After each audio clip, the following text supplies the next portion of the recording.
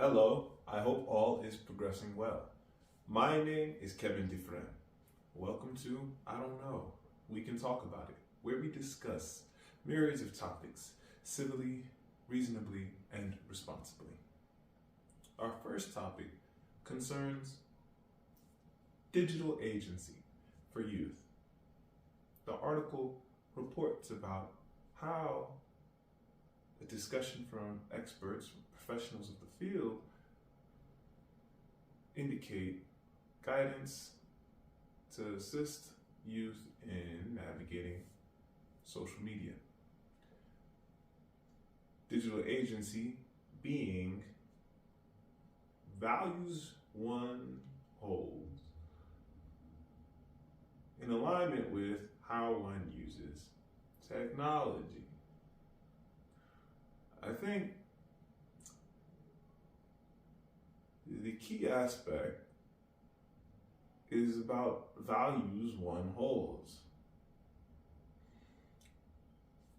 Social media being in connection with so many avenues of communication, especially regarding marketing, broadcasting, I think may be easy to find oneself in without having an anchor of one's own, without having a sail of one's own, as social media begins to guide as the sail toward a different direction, whatever an advert might be promoting. I think the key aspect is in alignment with oneself away from technology that needs most attention, most progress, then finding balances of technology in relation to one's life more so than just one's values. Because if one connects the technology to one's values, then I think one elevates technology to a degree that might not be necessary. Whereas if one connects technology to aspects of one's life when necessary, then I think one's value system is in a completely safe space apart from how one connects to social media, to technology. Though if one needs to use technology, one may benefit purposefully, necessarily, with a particular form of technology, without thinking the technology correlates to a sense of being, a sense that one applies in one's life as a basis for growth, as a basis of growth. Technology changes itself. Social media changes itself, whether that be through a company or a medium. I think values in alignment with oneself, one's life, need most attention, then an acknowledgement of how technology is necessarily can be very, very valuable and beneficial to one's relationship with technology. Especially considering there are portions of technology that many likely might have no need for, where certain technologies prove to be more luxurious than purposeful or necessary. is another important area to deliberate in relation to how one perceives technology necessarily, purposefully, in connection to one's life, not to one's values as a basis of one's life. Even if one's values are progressing and changing, I think values correlate differently to one's life than technology does in comparison to being a potential necessity in use for a purposeful motion when necessarily.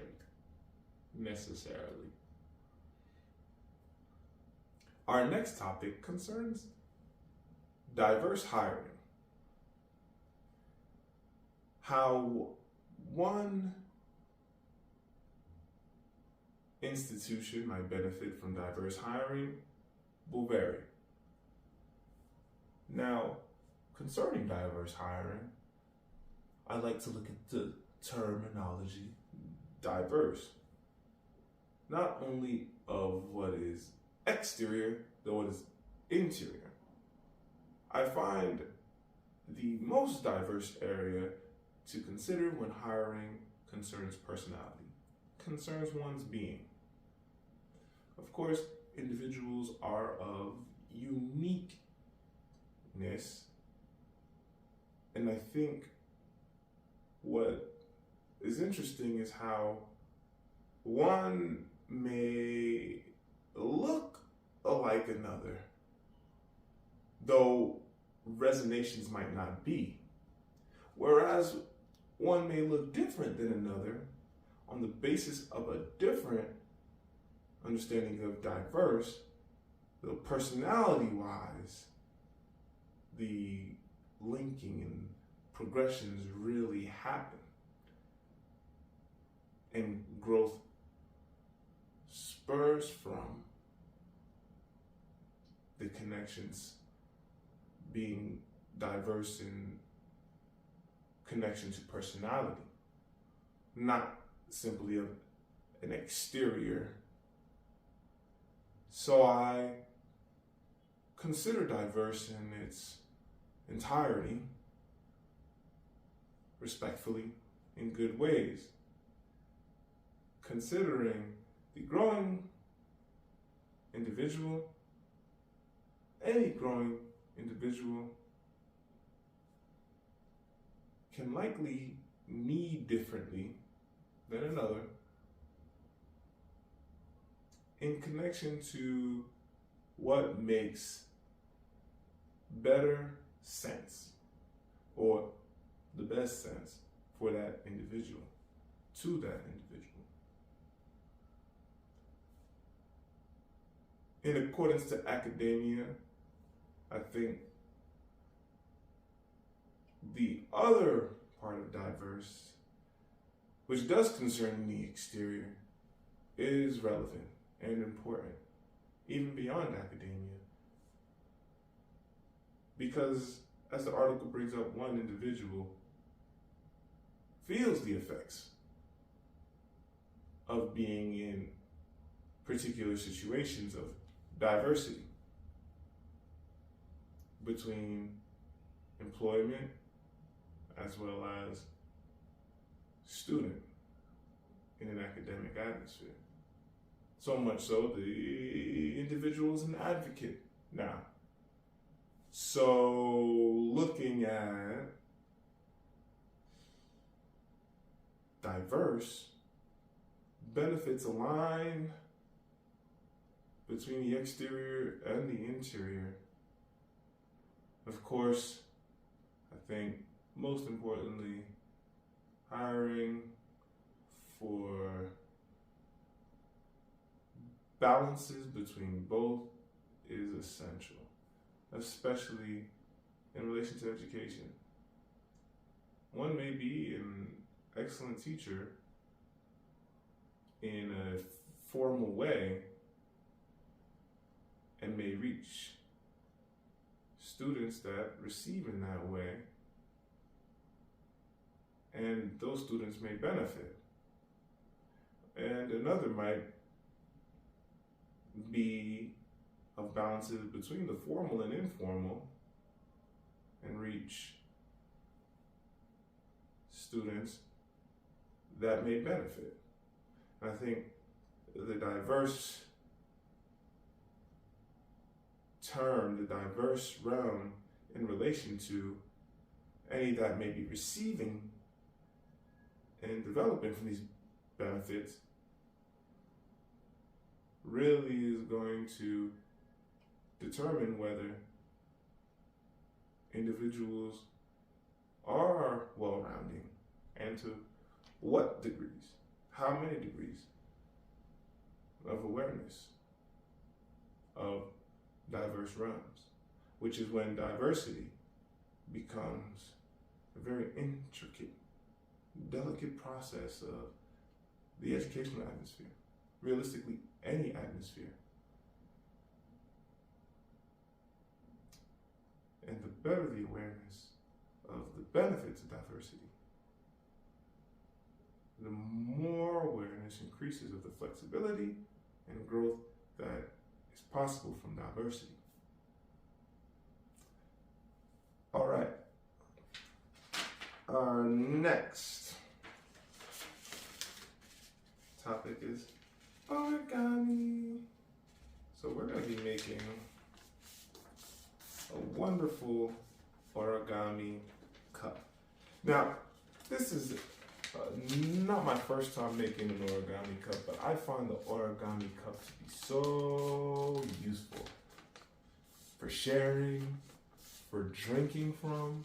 Though, if I make an origami cup for someone to drink from, I like to make the origami cup of inkless paper in case. So first, if you have a rectangle paper like I do, just take this corner or any corner and fold it so the top edge is in alignment with the side edge, just to the point, not beyond it. And of course, I'm just gonna bend the bottom part where the triangle ends here. You take it, see where the triangle ends there? And we're just gonna rip it off. It's very simple. Next, we can put our extra paper to the side. You can use it for a list, writing notes like I do. If you're not trying to waste paper by simply throwing it away, keep your triangle. Take one corner and bring it just toward the middle of the opposite edge. So again, just take this point here and then bring it up. It's like a salute. Then we're gonna take this point right here. We're just gonna bring it up to the other edge, right here. Very easy. And again, it's like an opposite salute.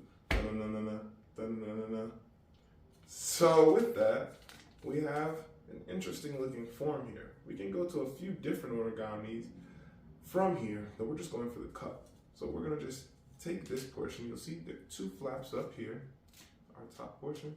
We're gonna bring one flap down on one side. But then we're going to take the other flap down and bring it there.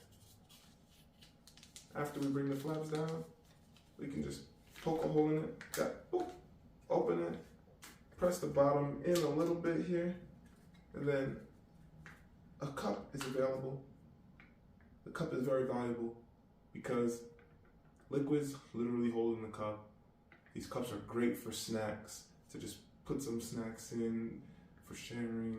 And I really find these cups helpful in my day-to-day use, surprisingly, as holders and nice gifts.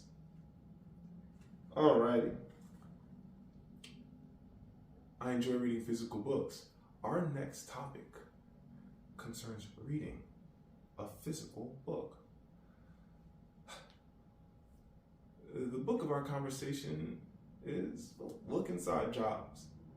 I come across the book when perusing a Mona English bookstore. It's the first time I've come across a text of the sort. Different jobs interest me.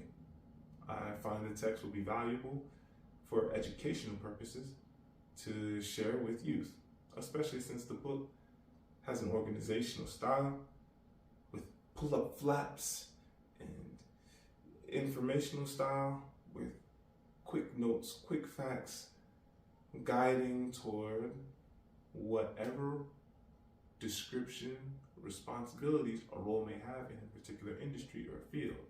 Talking from editorial work to working with airlines to being a construction worker to working in sewers to working in an office, the process from going through schools, of finding a job, finding one's career. I really find the book is valuable and easy to resonate with, especially considering the text offers advice about a lot of jobs that I don't recall being aware of when younger. So to have such a book available now, I think is extremely valuable for how any youth may grow. I think when anyone might be seeking a job, as is the case in particular areas, it's really good to know what kind of jobs are available, not just what jobs might popularly require, like a degree of a sort or a particular credential of a sort. I think it's just important to understand how actually large the landscape of employment really is. I'm not saying anyone wants to work in a factory for the rest of their life, though I do think that considering if one needs employment, seeking a particular job in a factory, like I have a history of doing, awesome story by the way, that is a possibility that allows one to find a way to employ oneself gainfully. The tricky situation is how to really make sure you apply, don't overqualify. Though, for one that is especially still coming up, may not have the most credentials in the world, there are jobs that pay really, really well. Livable wages, maybe not in an area that's popular, that may be a place where one may grow, though are available for one to attain, for one to grow in. And who knows what else the company might have to offer from that position. So I think the text offers very valuable perspectives, especially for one that may just not be aware. Who knows what one's interest may be, how one's interest may develop, especially if one does not have an immediate idea, a long-term idea of what one really wants to do aside from earning an income, making a living, to own a home, to have a family. Or if that's just what one wants to do, then at least one knows that a route is available to do so gainfully well. Thanks for joining me for another episode of I Don't Know, We Can Talk About It. Onward and Upward, Dufresne.